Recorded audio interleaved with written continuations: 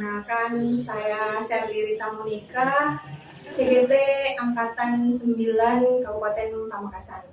Pada kesempatan kali ini, saya akan melakukan kegiatan modul 2.3 aksi nyata coaching untuk supervisi akademik. Assalamualaikum. Waalaikumsalam, Ibu. Selamat siang, Ibu. Selamat siang, Bu Sherly. Sehat nggak hari ini? Alhamdulillah sehat. Hari ini kita akan melaksanakan percakapan observasi ya Ibu, di mana setelah kegiatan ini saya akan melakukan proses mengamati proses pembelajaran yang Ibu lakukan di dalam kelas. Ya Ibu Melda, ini ada beberapa pertanyaan yang akan saya ajukan. Yang pertama, ada berapa tujuan pembelajaran yang ingin Ibu capai? Tujuan pembelajaran yang ingin saya capai ada 3, Bu. Yang pertama, siswa diharapkan mampu mendeskripsikan pengertian tentang permintaan dan penawaran serta faktor yang mempengaruhinya. Yang kedua, siswa diharapkan mampu memberikan contoh tentang kegiatan permintaan dan penawaran pada kegiatan sehari-hari. Dan yang ketiga, siswa diharapkan mampu mendeskripsikan tentang hukum permintaan dan penawaran. Oh, berarti ada 3 ya Ibu. Nah, jadi ada 3 tujuan pembelajaran. Nah, bagaimana dengan area pengembangan yang ingin Ibu capai? Area pengembangannya ada 2, Bu. Yang pertama tentang pengetahuannya, yaitu siswa diharapkan mampu mendeskripsikan tentang pengertian permintaan dan penawaran. Sedangkan pada keterampilannya, siswa diharapkan mampu menyebutkan contoh yang terjadi pada permintaan dan penawaran pada kegiatan sehari-hari. Jadi ada 2 ya Bu area pengembangannya, yaitu berupa 1 pengetahuan, yang kedua keterampilan. Bagaimana dengan rancangan pembelajaran yang ingin Ibu terapkan di kelas? Misalnya cara pendekatan strategi, model pembelajaran, dan metode pembelajarannya. Ya. Tentang pembelajarannya berdiferensiasi dengan terintegrasi PSI. Kemudian untuk model pembelajarannya kita menggunakan discovery learning, sedangkan untuk metode pembelajarannya kita menggunakan model tanya jawab dan berarti untuk strateginya Ibu menggunakan pendekatan diferensiasi ya Ibu, yang terintegrasi dengan PSE, dan metodenya tanya jawab serta menggunakan strategi pembelajaran diferensiasi terintegrasi dengan PSE. Nah, kira-kira ini kapan Ibu akan menerapkan atau mempraktikkan pembelajaran tersebut? Insya Allah akan saya laksanakan pada hari Senin, Bu. Selasa, Bu, pada jam ke-9 di kelas. Terima kasih ya Ibu. Baik, nanti hari Senin, hari Selasa ya Bu ya. Hari Selasa jam 9.10 nanti saya akan melakukan observasi, di mana saya akan mencatat hal-hal penting dari pelaksanaan kegiatan tersebut. Dan setelah itu nanti di mana saya akan menghubungi Bapak Lutfi sebagai PP saya untuk memberikan umpan balik dari kegiatan ini. Terima kasih ya Ibu. Sama-sama, Bu Sherly. Terima kasih Anak ya. Untuk memulai pembelajaran pada hari ini, marilah kita mulai dengan berdoa dipimpin oleh ketua kelas. Silakan ketua kelas memimpin doa. Silakan Asmi.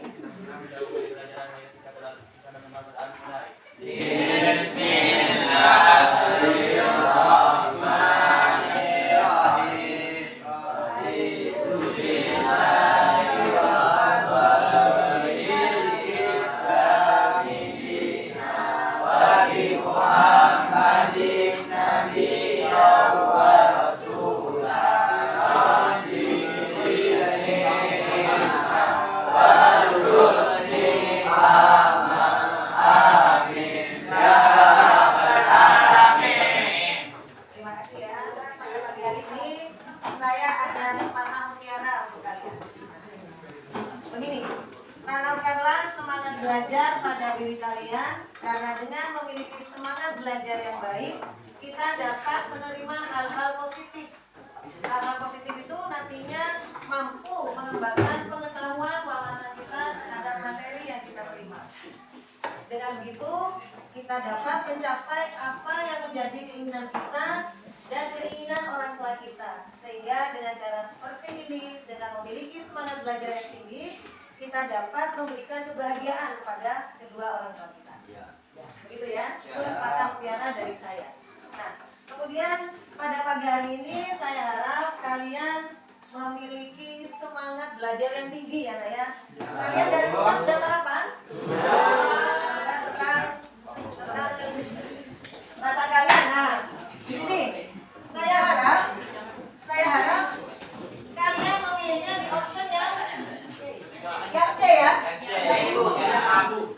Oh, ada yang A? Yang A siapa yang A? Nggak ada ya. Tadi kalian sudah berdoa, kemudian sebelum berangkat sekolah kalian sudah berpamitan ya pada kedua orang tua. Nah, pasti kalian punya semangat yang tinggi. Nah, saya harap kalian memilih di poin A. Di poin C ya. Nah, ya, alhamdulillah. Ya. Kemudian saya ingatkan kembali tentang kesepakatan kelas yang telah kita sepakati bersama. Yaitu yang pertama, sebelum kegiatan pembelajaran dimulai, terlebih dahulu mengucapkan salam dan berdoa. Sudah kita lakukan ya, Nak ya? Yang kedua, kita mengingatkan kembali. Kemudian yang ketiga, memeriksa kehadiran peserta didik. Nah, saya akan mengecek kehadiran kalian. Sudah mempelajari tentang materi kegiatan ekonomi ya. Nah, kegiatan ekonomi itu adalah kegiatan yang dilakukan oleh manusia agar dia dapat melangsungkan kehidupannya, memenuhi kebutuhan hidupnya. Itu kebutuhan ekonomi. Yang baru itu sumber daya manusia bisa melangsungkan kehidupannya. Ya betul ya, itu produksi. Kemudian selain produksi ada distribusi. Nah, kira-kira yang ingat distribusi itu apa ya? Coba silakan. Ya, silakan Pak Jan. Distribusi adalah kegiatan pemasaran yang berusaha memperbanyak dan mempermudah penyampaian barang, kemudian jasa dari produsen dan konsumen. Iya, distribusi itu kegiatan yang baru itu sumber daya manusia bisa melangsungkan kehidupannya. Ya betul ya, itu produksi. Kemudian selain produksi ada distribusi. Nah, kira-kira yang ingat distribusi itu apa ya? Coba silakan. Ya, silakan Pak Jan. Distribusi adalah kegiatan pemasaran yang berusaha memperbanyak dan mempermudah penyampaian barang, kemudian jasa dari produsen dan konsumen. Iya, distribusi itu kegiatan. Tujuan pembelajaran yang pertama, nah ini peserta didik diharapkan dapat memahami konsep dasar permintaan dan berbagai faktor yang mempengaruhi permintaan. Yang kedua, peserta didik diharapkan dapat memahami konsep dasar penawaran dan berbagai faktor yang mempengaruhi penawaran. Yang ketiga, resmi, peserta didik diharapkan mampu menyebutkan contoh kegiatan permintaan dalam kehidupan sehari-hari. Kemudian yang keempat, peserta didik diharapkan mampu menyebutkan contoh kegiatan penawaran dalam kehidupan sehari-hari. Itu ya. Nah, kemudian manfaat pembelajarannya dapat memahami bagaimana pasar berfungsi dan bagaimana keputusan ekonomi diambil. Yang kedua, siswa dapat mengembangkan keterampilan analisis kegiatan permintaan dan penawaran dalam kehidupan sehari-hari. Dan yang ketiga, siswa dapat memahami bagaimana menentukan harga dan mengevaluasi pasar bagi mereka yang berencana terlibat dalam wirausaha. Ya, dalam melakukan wirausaha. Itu manfaat pembelajarannya ya. Kemudian, hari ini saya akan petunjuknya adalah yang pertama kalian memperhatikan gambar berikut. Kemudian tentukan gambar tersebut apakah gambar tersebut termasuk kegiatan permintaan atau kegiatan penawaran ya. Kalian siapkan bolpennya. Kertasnya tadi. Kertasnya mana tadi? Bolpennya.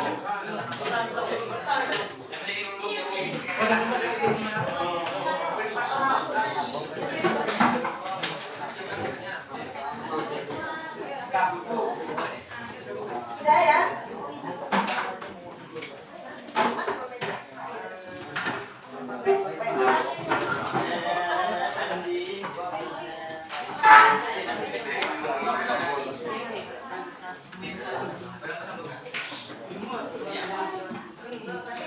Jawab.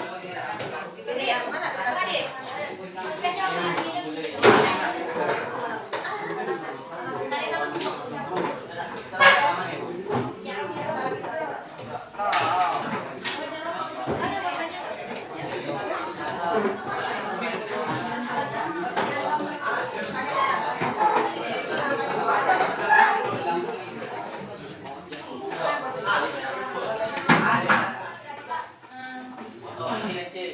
Gambar ini termasuk kegiatan permintaan atau penawaran? Bikin kertas ya. Nomor 1.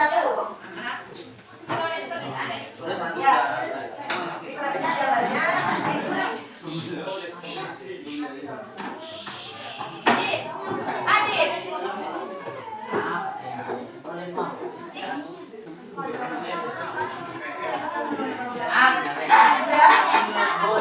Sudah? Menaikan jadi Bu. Sudah ya?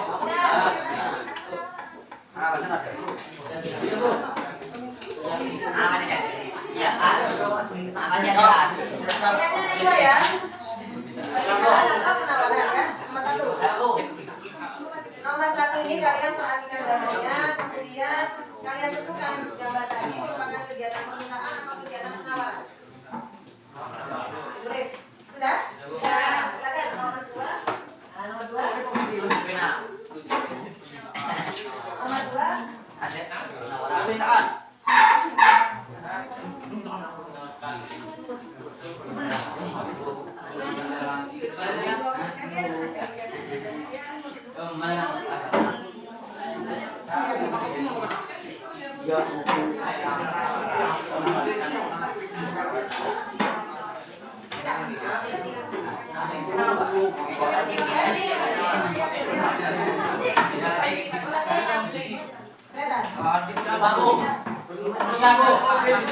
Disebut ada mobil, kemudian ada orang yang dengan senang menuju mobil.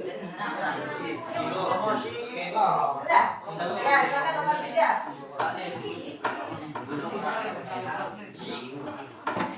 Nah, kegiatan ini merupakan kegiatan permintaan atau penawaran? Permintaan atau penawaran? Area ini pada mata pelajaran ekonomi dan kali ini kita akan belajar materi permintaan. Om Swastiastu. Assalamualaikum warahmatullahi wabarakatuh. Salam sejahtera bagi kita semua. Namo Buddhaya, salam kebajikan. Halo anak-anak Insan Indonesia, apa kabar hari ini? Semoga semua dalam keadaan sehat dan tetap dengan semangat belajar yang tinggi ya. Berjumpa dengan saya di area ini pada mata pelajaran ekonomi dan kali ini kita akan belajar materi permintaan dan penawaran. Tujuan pembelajaran yang diharapkan dapat kalian capai setelah menonton video ini, yaitu yang pertama, kalian dapat menjelaskan pengertian permintaan dan penawaran. Yang kedua, kalian dapat menjelaskan faktor-faktor yang mempengaruhi permintaan dan penawaran. Dan yang ketiga, kalian dapat menjelaskan bunyi untuk permintaan dan penawaran. Sebelum kita membahas materi permintaan dan penawaran, apakah kalian masih ingat materi tentang peran pelaku ekonomi dan kegiatan ekonomi? Siapa saja pelaku ekonomi tersebut? Ya, pelaku ekonomi ada rumah tangga produsen, rumah tangga konsumen, pemerintah, dan masyarakat luar negeri.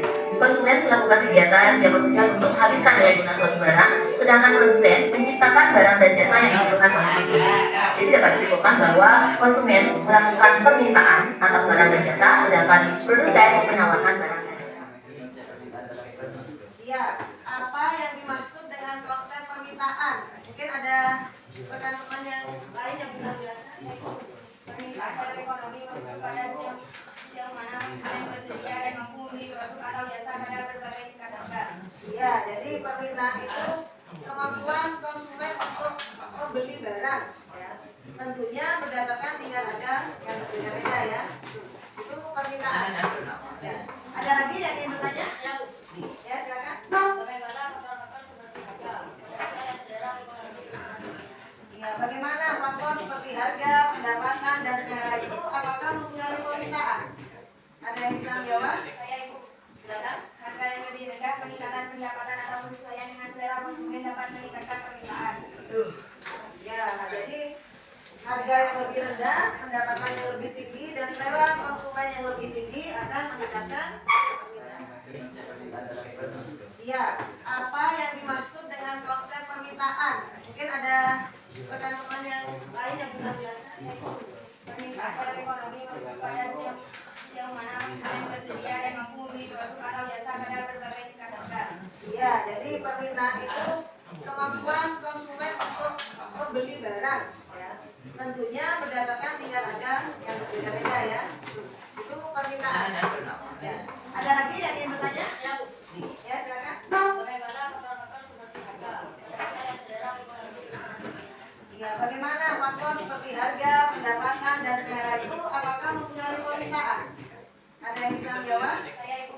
Silakan. Harga yang lebih rendah, peningkatan pendapatan atau penyesuaian dengan selera konsumen dapat meningkatkan permintaan. Ya, nah jadi harga yang lebih rendah, pendapatan yang lebih tinggi, dan selera konsumen yang lebih tinggi akan meningkatkan. Nah, buka ya yang ada halaman pertama. Kalian isi kelas lembar kerja peserta didik mata pelajaran ekonomi kelas 10 semester ganjil. Ya, materinya permintaan dan penawaran. Alokasi waktu 2 kali 45 menit ya. Kemudian kelas, nah kelasnya kalian isi kelas 10 ya. Nama kelompok kalian isi kelompok ekonomi. Nama anggota kelompok kalian isi nama anggota. Nama teman kalian ya.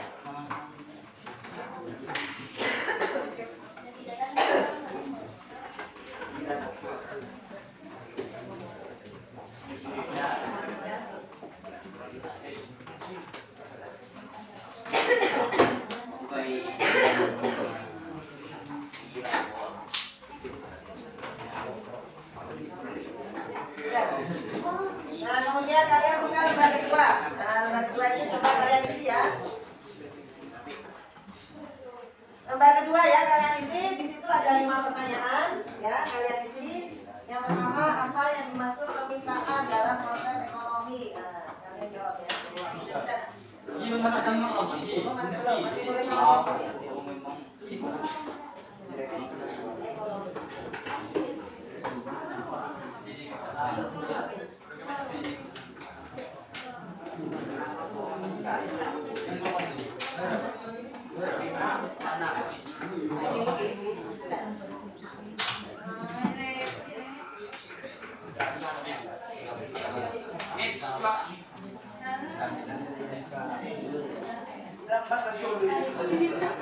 Yang pertanyaan pertama, apa yang dimaksud permintaan dalam konsep ekonomi? Nah, itu kalian isi ya.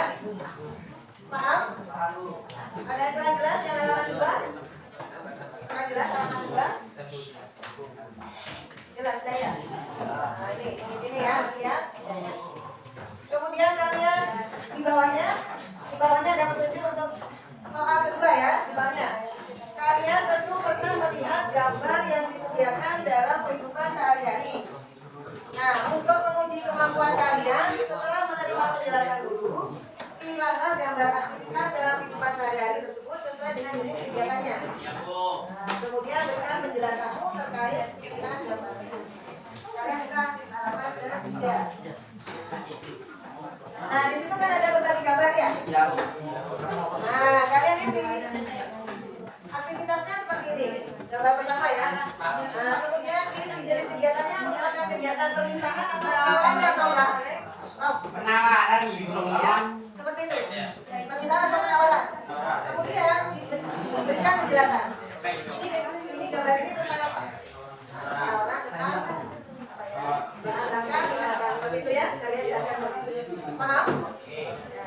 Silakan kalian mengajarkan dari halaman 2 dulu nah. Silakan.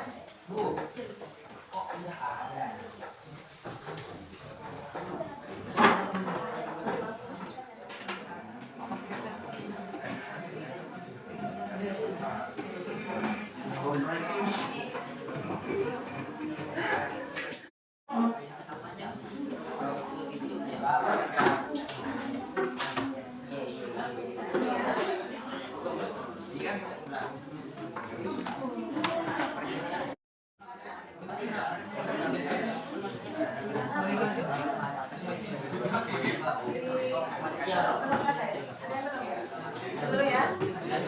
Dulu.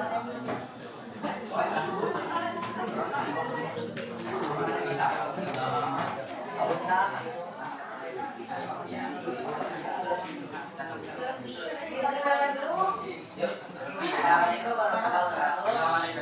Jangan perhatikan.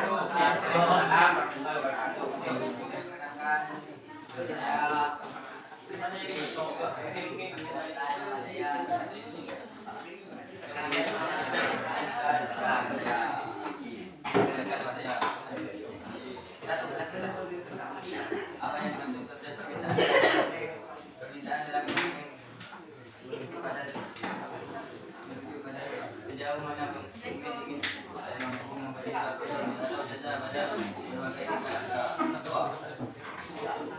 Bismillahirrahmanirrahim.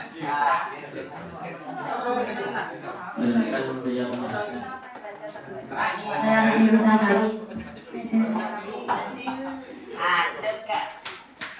Satu, apa yang dimaksud konsep permintaan dalam ekonomi?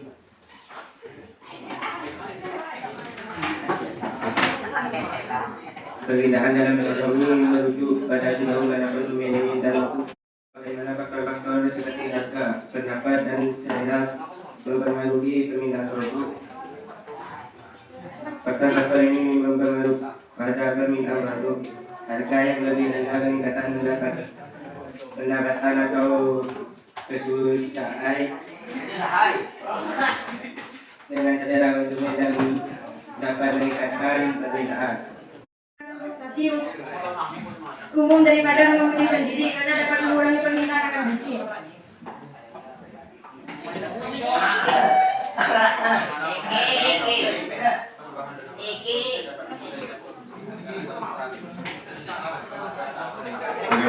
Mereka juga dengan penawaran harus dapat menyesuaikan produksi harga atau strategi pemasaran mereka Membeli satu produk atau bisa pada berbagi tingkat harga. Dua, bagaimana faktor-faktor seperti harga, pendapatan dan selera mempengaruhi permintaan produk. Faktor-faktor ini berpengaruh pada permintaan produk. Harga yang lebih rendah, peningkatan pendapatan atau kesesuaian dengan selera konsumen dapat meningkatkan permintaan. Tiga, berikan contoh cara yang dalam ibadah yang misalnya ketika harga naik saja orang mungkin akan lebih menggunakan transportasi daripada mengundi sendiri karena dapat memberikan barang yang lebih. Itu silakan saja. Yang lebih beban untuk penjualan bahan bakar. Stasiun pengisian bahan bakar menawarkan bensin dan solar pada pengemudi. Harga dari bahan bakar adalah bagian dari penawaran. Ya, itu saja. Sekian dari kami, terima kasih. Assalamualaikum warahmatullahi wabarakatuh.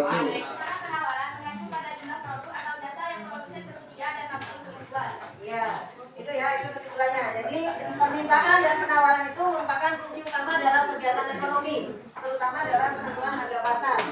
Nah, untuk harga, pendapatan dan selera konsumen itu sangat mempengaruhi penawaran. Itu saja. Kemudian saya akan memberikan referensi. Apakah kalian senang dengan pelajaran hari ini? Ya, senang ya, semoga pelajaran hari ini dapat memberikan manfaat. Proses ya, proses. Yang tadi kertasnya pakai buku saja. Menjawab soal yang pertama tadi. Silakan. Yang pertama. Pulpennya mana? Pulpennya? Pulpennya disiapkan pulpennya. Ini gambar ini termasuk kegiatan permintaan atau penawaran? Kalian bisa? Ditulis ya? Sudah ya. Yang kedua silakan.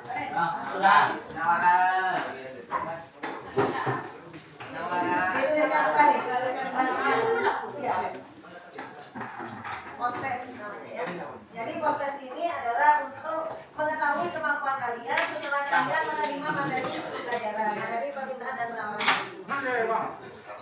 Sudah? Silakan nomor 3.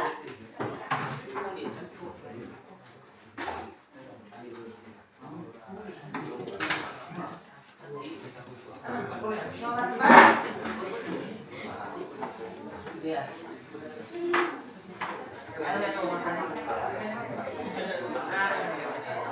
Nomor 5. Nah, ini soal terakhir ya.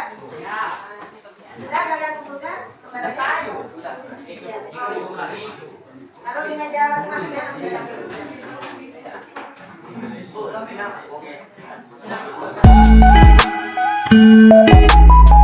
pagi Ibu Emelda.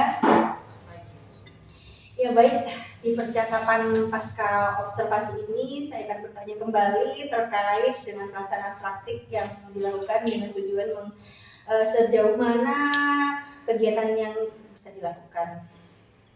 Ya, bagaimana perasaan Ibu saat proses kegiatan kemarin yang berlangsung pada saat proses pembelajarannya? Pada proses pembelajaran itu diawali persiapan ya, tetapi maaf ini sebenarnya saya juga agak grogi, tapi karena siswa siswa di sini memberikan semangat kepada saya, akhirnya saya benar-benar bisa melakukan pembelajaran secara baik. Hebat. Lanjut dulu. Bisa diceritakan kembali ya, Ibu, apa area pengembangan yang dilakukan di dalam kelas, tahapan apa yang dilakukan yang kemarin Ibu pada saat pembelajaran? Tahapan awalnya kita mencoba memperlihatkan video, yaitu video pembelajaran, kemudian kita melakukan beberapa tanya jawab pada siswa, kemudian setelah itu kami sama-sama membentuk kelompok pembagian kelompok dari siswa. Setelah itu dilakukan praktek agar mereka bisa menilai sebatas mana pemahaman tentang materi pembelajaran yang telah diberikan. Ada kendala pada proses itu, Ibu? Sebenarnya kendala itu pasti ada ya Bu ya, tetapi karena semangat siswa yang begitu antusias, akhirnya pembelajaran dapat berlangsung dengan baik. Tetapi ada beberapa siswa dalam kelompok itu yang kurang aktif Bu, dalam melakukan presentasi, dalam melakukan kegiatan di kelompoknya. Kira-kira apa yang Ibu lakukan untuk memperbaiki agar siswa tersebut bisa berpartisipasi dalam kelompok? Oke, yang kita lakukan ada beberapa pendekatan terhadap siswa. Kita berikan umpan balik Bu, kita berikan semangat. Mungkin kedepannya nanti pembagiannya mengurangi jumlah kelompok yang ada. Dari kegiatan tersebut, kira-kira Ibu akan melakukan perbaikan dan bisa dijelaskan Ibu? Perbaikan akan kami lakukan secepat mungkin agar proses ini dapat berlangsung lebih baik daripada proses pembelajaran yang sebelumnya.